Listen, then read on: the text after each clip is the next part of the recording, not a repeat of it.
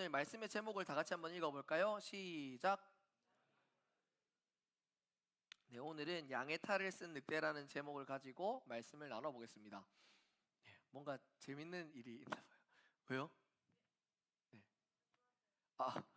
또 그렇게 또 고백을 또 하면 네, 제가 좋아서 막 좋대요. 좋습니다. 지난주에 우리 뭐 배웠죠?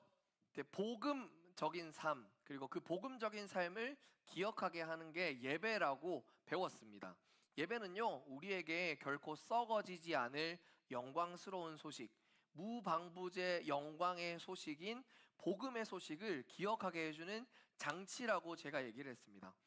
우리가 살아가는 삶을 잘 생각해 보면 여러 가지 조건들로 나 자신을 정죄할 때가 많고, 또 다른 사람과 선을 그으면서 조건을 가지고 구별 지을 때도 참 많은데, 그런 우리에게 복음은 여전히 그렇게 살지 않아도 충분하다고, 무언가를 하지 않아도 존재만으로 충분하다고 우리에게 얘기해 준다라고 얘기를 했고, 그렇게 얘기하는 복음의 얘기를 들을 수 있는 방법이 예배라는 방법이라고 얘기를 했습니다. 그리고 더 나아가서요, 우리가 예배를 드리는 목적은 이같이 복음을 날마다 깨닫고 기억할 수 있도록 하나님께서 예비해 두셨다라고까지도 설명했습니다. 우리를 둘러싸고 있는 세상의 가치관이나 세계관의 지배를 받는 게 아니라 하나님께서 말씀해 주시는 복음적인 세계관으로, 복음적인 삶의 방식으로 우리를 물들일 수 있게 도와주는 게 바로 예배라는 겁니다. 자, 그렇다면 우리가 여기서 한 가지 고민이 생깁니다. 뭐냐면 어떻게 예배드리는 게 올바르게 예배드리는 것일까라는 고민입니다. 우리 사람을 지칭하는 말 중에요, 여러 가지가 있습니다. 뭐 여러분들 다 사회 시간에 배워서 알 텐데, 뭐 호모 에렉투스, 뭐 호모 하빌리스, 뭐 이런 것들 알죠? 혜민이 고개를 끄덕거리는데 맞죠? 이렇게 사람을 지칭하는 여러 가지 말 중에요, 호모 아도란스라는 개념이 있습니다. 이 아도란스라는 말은 뭐냐면 영어로 adorance예요. adorance. adorance가 뭐죠? 잠시만요. adorance가 뭐죠? adorance. 예, 다들 영어 열심히 공부하는 걸로. 네, adorance는 아름다움, 매력, 뭐 이런 뜻이 있죠. homo adorance는 뭐냐면 아름다운 것을 예배하는 존재가 사람이라는 것을 나타내는 말입니다. 사람은요, 아름다워 보이는 것, 좋아 보이는 것을 예배하도록 지음받았습니다. 그래서 그런지 우리는요, 무엇이든지 예배하는 게 우리의 본성이에요. 그 예를 제가 한번 설명드려 볼게요. 여러분, 무슨 음식 좋아하세요? 혹시 뭐 오늘 뭐 단체로 이렇게 무건수행하기로 결정한 건가요? 그런 거 아니죠? 저는 제육볶음을 참 좋아합니다. 제육볶음 좋아하세요? 예. 다들 예, 약간 이런 느낌인데 좋아요. 야, 만약에 여러분들이 제육볶음 맛집에 갔다고 생각을 한번 해보세요. 가기 전부터 우리는 어디가 제육을 잘 하는 집인지 찾을 겁니다. 그리고 찾은 맛집에 도착해서는 2인분 내지 3인분을 주문하고 나서 제육이 나오기만을 사모하고 기다립니다. 마침내 제육볶음이 나오고 나면요, 어떻게 하냐? 경건한 마음으로 한 숟가락을 딱 들고 입에 딱 집어넣은 다음에 쌈과 같이 싸먹고, 상추쌈 사이로 제육의 육즙이 혀를 따라 타고 흘러내리는 그 순간, 혓바닥에 닿는 게 느껴지는 그 순간, 누가 시키지 않아도 우리는 와, 진짜 맛있다 라고 하면서 제육을 찬양합니다. 그리고 같이 온 사람이 나보다 더 많이 먹지는 않을까라는 조바심 때문에 전투적으로 밥 한 공기를 비워낼 것입니다.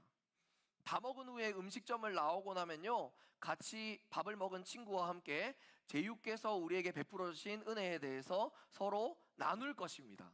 그리고 학원으로 돌아와서 제육을 좋아하는 친구들이나 배고파하는 친구들을 만나면요, 우리는 어김없이 저번에 가서 먹었던 그 제육에 대해서 간증하기도 하면서 전도하려고 할 겁니다.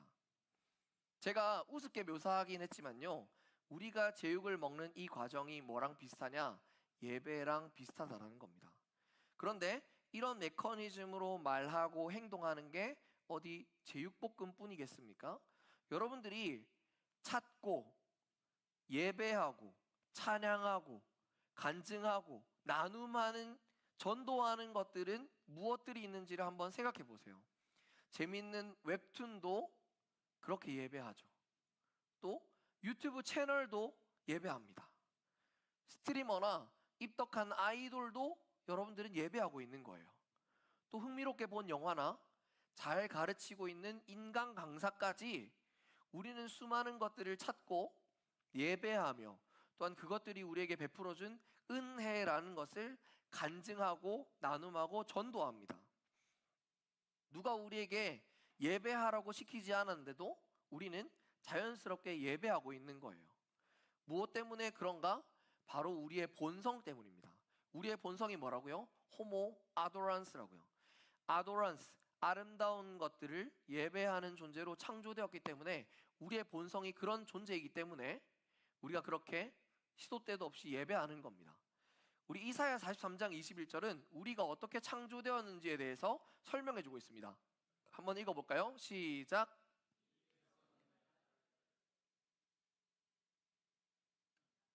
하나님께서 원래 사람을 창조할 당시에 우리의 원래 목적은 하나님을 찬송하고 예배하는 존재로 창조된 것이었습니다. 그러나 죄를 지은 순간부터 사람은 하나님 말고 다른 것들을 바라보기 시작했어요.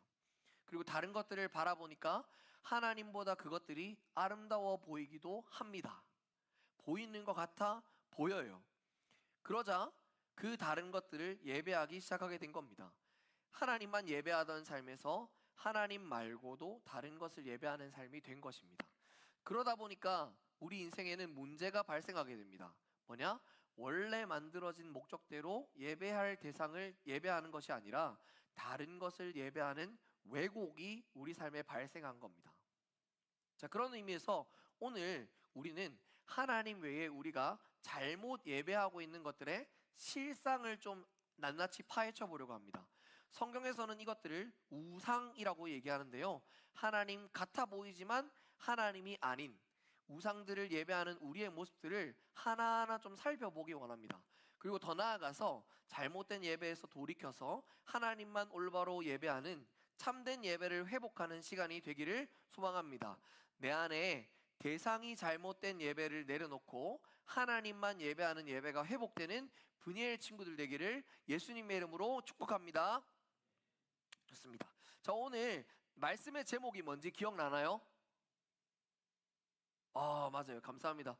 약간 이게 약간 0.5초 딜레이가 있는 것 같은데 우리 약간 좀 핀트 좀 맞추도록 해요. 오늘 제목은 양의 탈을 쓴 늑대라는 제목이었습니다. 양의 탈을 쓴 늑대라는 이솝 우화를 들어본 적이 있으십니까? 하나님 말고 우리가 예배하는 대상들은 마치 이솝 우화에 나온 이 양의 탈을 쓴 늑대와도 같다고 할 수 있습니다. 양의 탈을 쓴 늑대의 줄거리가 어떤지를 생각해 봅시다. 굶주리고 있는 늑대가 양을 잡아먹기 위해서 길거리에서 우연하게 주운 양가죽을 뒤집었습니다. 그리고 그 뒤집어 쓴 양가죽을 가지고 양인 척 흉내를 내면서 양의 우리 안으로 잠입하는 이야기입니다. 이 늑대는 양을 도와주려고 탈을 쓴 게 아니에요.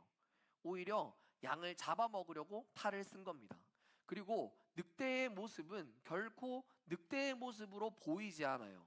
양들에게 있어서는 오히려 양의 모습으로 접근한다라는 겁니다. 이처럼 우리 삶에도 많은 것들이요 우리에게 양의 탈을 쓴 늑대의 모습으로 다가옵니다. 양처럼 다가온다라는 거예요. 그렇다고 다가오는 모든 양이 좋은 양이라고 할 수 있을까요? 그렇지 않습니다. 오늘 우리가 살펴볼 우상도 마찬가지입니다. 이 우상 역시 양의 탈을 쓴 늑대처럼 우리 삶에 자리 잡고 있다고 할 수 있습니다. 오늘 말씀 우리가 읽은 본문 말씀 4절에서 이 우상의 특징을 설명해 주고 있는데요. 우상의 특징을 어떻게 설명하고 있는지 잘 살펴보면서 4절 말씀을 다시 한번 읽어보겠습니다. 시작.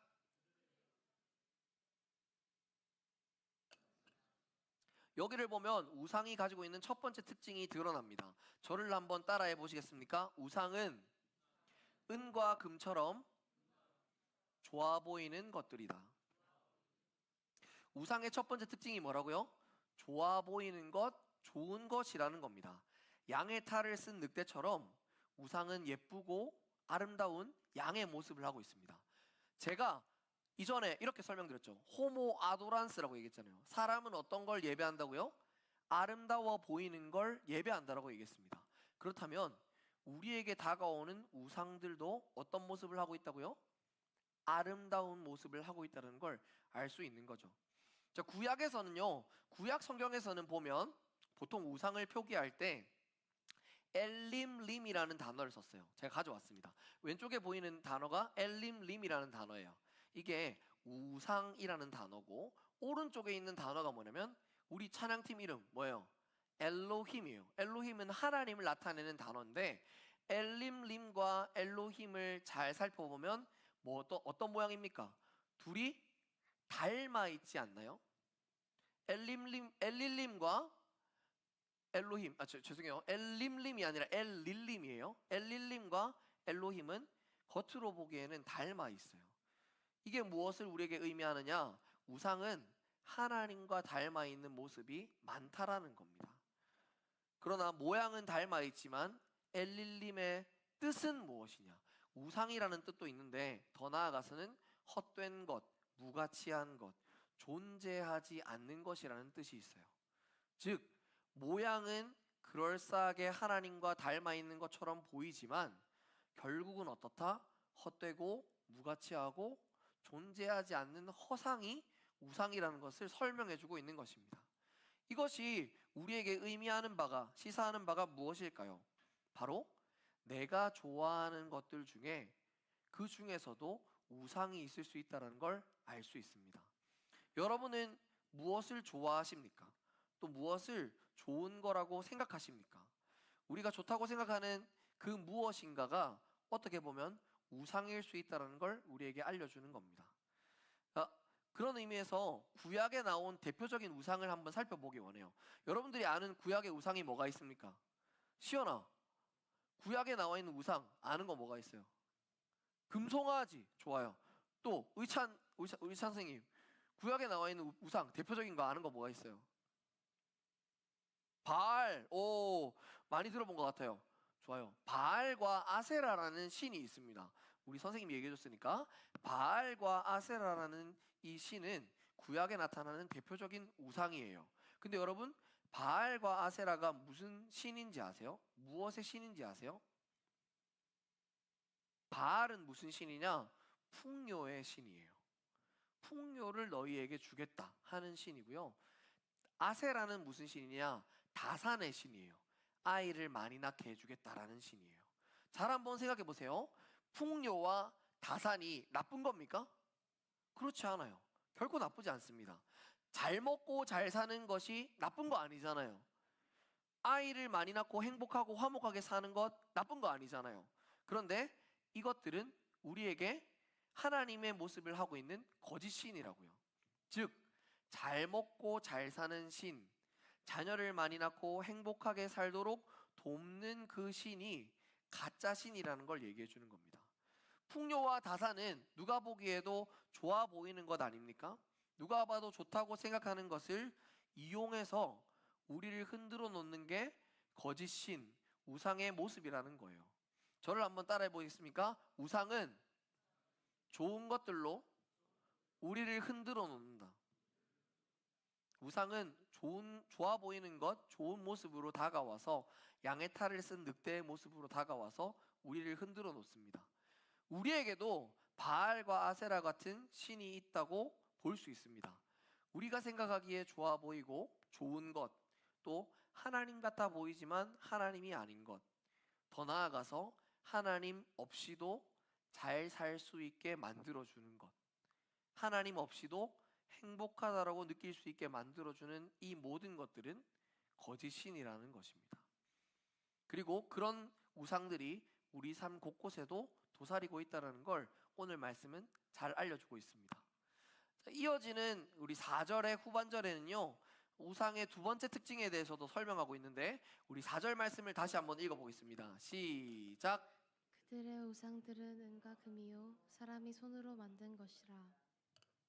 첫 번째 우리가 알아본 우상의 특징은 뭐냐? 좋은 것, 좋아 보이는 모습을 하고 있는 것이라고 얘기를 했습니다. 두 번째 우상의 특징은 무엇이냐? 바로 사람이 손으로 만든 것이라는 겁니다. 여기 나와 있는 이 말은요, 인공적이고 인위적이다라는 뜻도 되지만 더 나아가서 사람이 직접 만들어낸 모든 것들이라고 할 수 있습니다. 우상은요, 스스로 생겨난 게 아니라 사람이 어떤 과정을 통해서 만들어낸 겁니다. 어떤 과정을 통해서 그럼 만들어내느냐? 저를 한번 따라해 보시겠어요? 자기 바람을 투영시켜서. 우상을 어떻게 만든다고요? 내가 원하는 바람을 그 대상에게 투영시켜서 만들어내는 겁니다. 이런 신이 필요하니까, 이런 신이 나에게 필요하니까 너가 이런 신이 되어줘 라고 얘기하는 겁니다. 컵을 들고요, 야, 나는 불안하니까 너가 오늘부터 평안의 신이 되어줘. 뭐냐? 우리 안에 바라는 바람들을 투영시켜서 신을 만드는 거예요. 여기서 우리는 또 한 가지를 깨닫게 됩니다. 바로 내가 간절히 원하는 것이 우상이 되기 쉽다라는 걸 알 수 있습니다. 자, 아까 말했던 바알과 아세라가 무슨 신이라고 얘기를 했죠? 풍요와 다산의 신이라고 얘기를 했죠. 풍요롭게 살고 싶지 않은 사람 있습니까? 아무도 없어요. 자녀를 많이 낳고 행복한 가정을 꾸리고 싶은 사람, 우리 모두 다의 소원입니다. 그렇게 우리가 모두 간절하게 원하는 그 계획을 따라서 우상이 만들어지는 겁니다. 모두가 부유하게, 모두가 자녀의 축복을 받아서 살고 싶어 하는 그 바람이 투영되어져서 우상으로 만들어지는 겁니다. 그러나 우리가 어떤 것을 너무 간절하게 원하면요, 우리가 어떤 것을 너무 간절하게 바라다 보면요, 그러다가 선을 넘게 되어지면 그 바람들이 우상으로 변질되기가 쉬워요. 더 정확하게는 내가 마음으로 바라고 꿈꾸는 그 간절한 계획이 하나님의 뜻과 계획보다 앞서 나갈 때 우리가 바라는 바람들은 우상으로 변질되기가 쉬운 겁니다. 시편에서 말하듯이 사람이 손으로 우상을 만들어낸다라는 거죠. 뿐만 아니라 사람의 손으로 만든 게 우상이라고 얘기했습니다. 이 문장을 영어 성경에서 제가 살펴봤어요. 자, 우리 다 같이 영어 여기 밑에 있죠. 사람의 손으로 만든 것, 사람이 손으로 만든 것이 영어로 돼 있는데 우리 다들 영어 좀 되잖아요.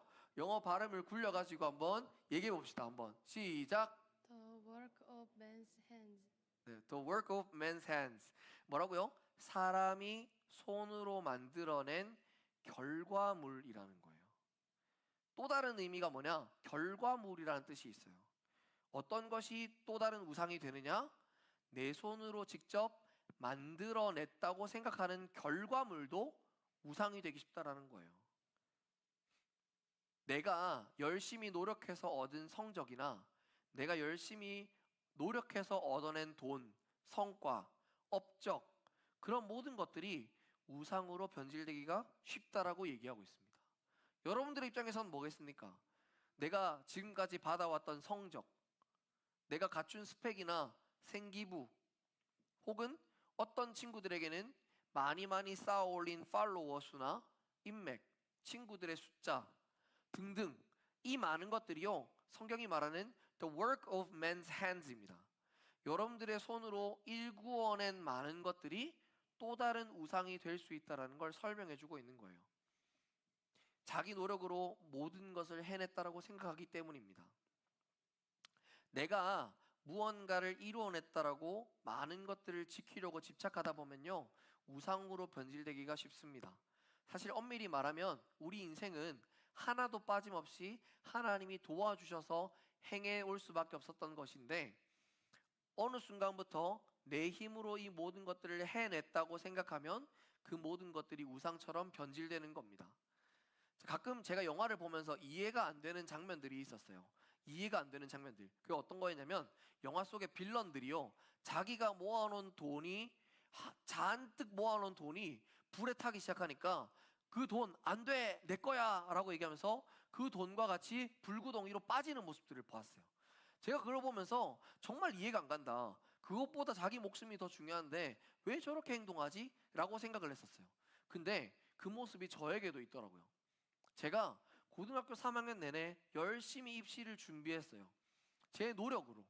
엄밀히 말하면 저는 부모님의 도움 하나 받지 않고 제 노력으로 입시의 구멍을 통과해내려고 열심히 애썼던 사람이에요. 왜냐? 우리 부모님은 나에게 경제적인 지원을 해줄 수 없었거든요.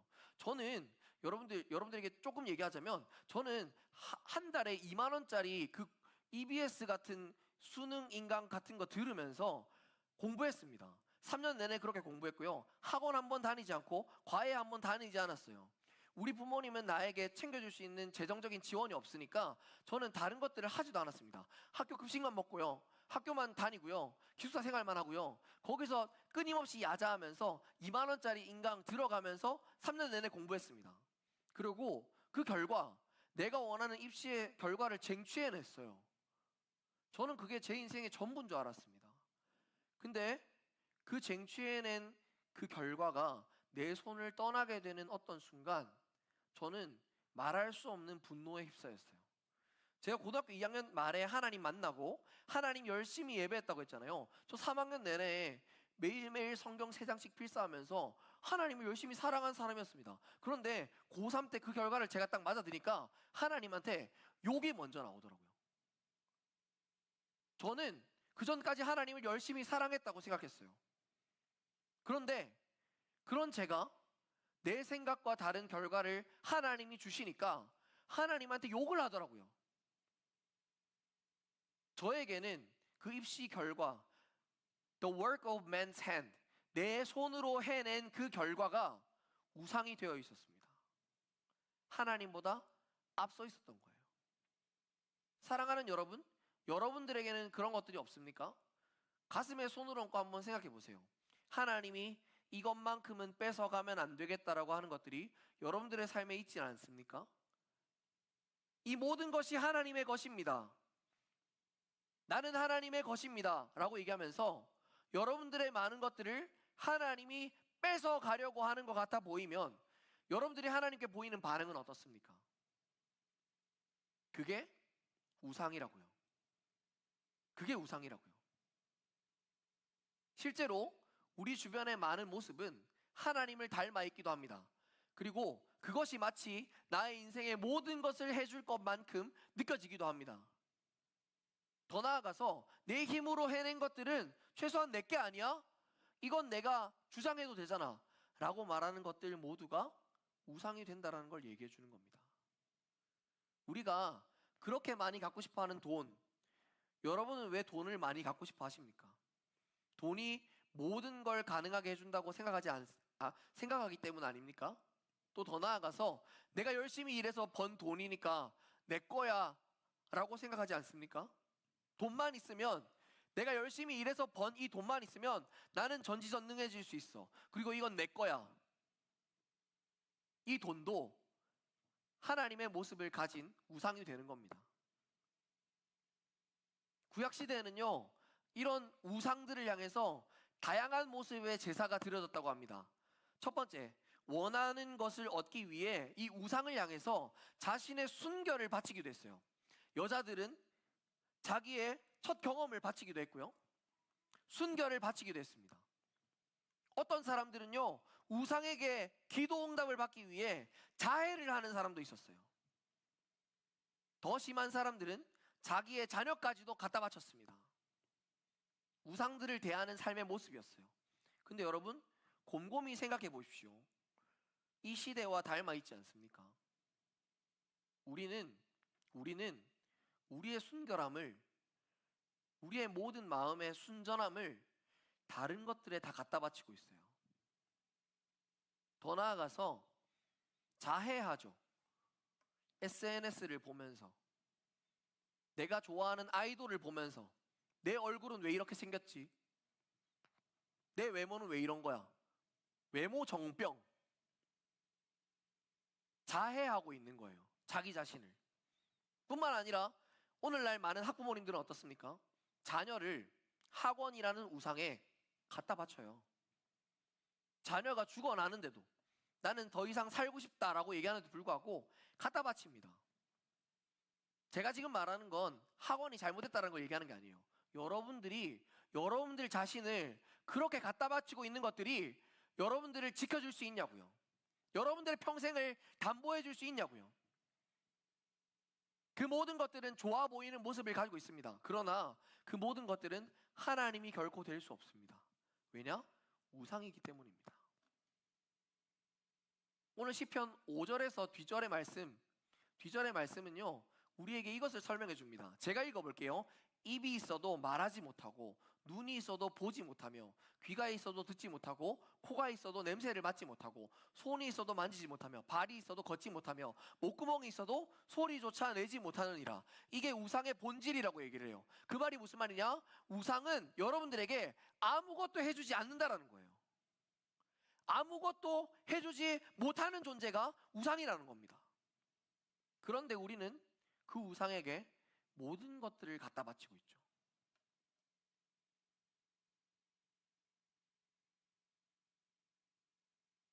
아차브라는 말이 시편 115편 8절에서 쓰여진 우상이라는 단어입니다. 근데 이 우상이라는 단어에는 뭐가 들어있는지 아세요? 고통이에요. 고통. 손으로 새긴 우상이라는 표현도 있지만 고통과 슬픔과 아픔이라는 뜻도 있어요. 결국 우리가 하나님이라고 기대했던 모든 우상은요, 우리에게 고통이 됩니다. 잘 한번 생각해 보세요. 여러분들은 무엇을 위해 그렇게 열심히 달려가고 있습니까? 그 달려가는 것만 쟁취하면 인생의 모든 고통이 끝날 거라고 생각하십니까? 혹은 내가 그렇게 아둥바둥 붙잡고 있는 것들은 무엇입니까? 그것들만 붙잡으면 내 인생이 안전할 거라고 생각하십니까? 그 모든 것들은 결국 우리에게 고통을 안겨준다고요. 왜냐? 끝에 다다르면 아무것도 못한다라는 걸 깨닫게 되기 때문입니다. 제가 좋아하는 만화 중에요, 베리베리 다이스키라는 만화가 있습니다. 그 만화에 나와 있는 구절인데 제가 여러분들에게 되게 의미가 있을 것 같아서 가져와 봤어요. 한번 제가 읽어볼게요. 글자 잘 안 보이겠지만, 아빠는 말씀하셨다. 너무 작은 것들까진 사랑하지 말라고.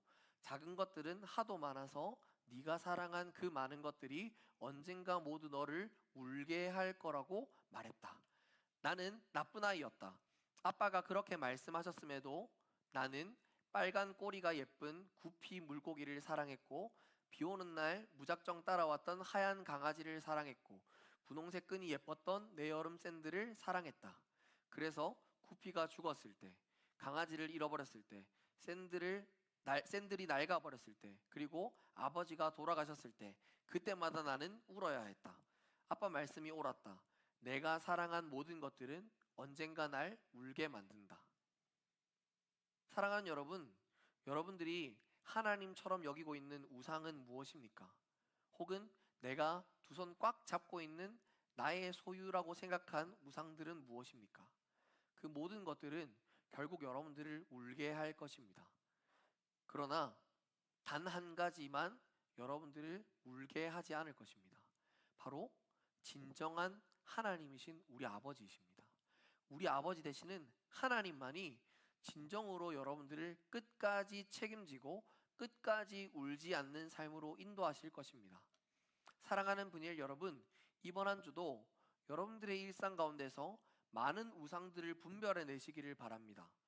내 삶에 좋아 보이는 것, 좋은 것들에 마음을 쓰면서, 우상에게 마음을 쓰면서 보내는 삶이 아니라, 내가 아둥바둥 붙잡고 있는 것들을 가지고 살아가는 삶이 아니라 하나님만 바라보고 하나님만 예배하며, 하나님도 예배하는 게 아니라 하나님만 바라보며 여러분들의 삶에 진정한 평안을 누려가는 여러분 되시기를, 그런 분이엘 친구들 되시기를 예수님의 이름으로 축복합니다.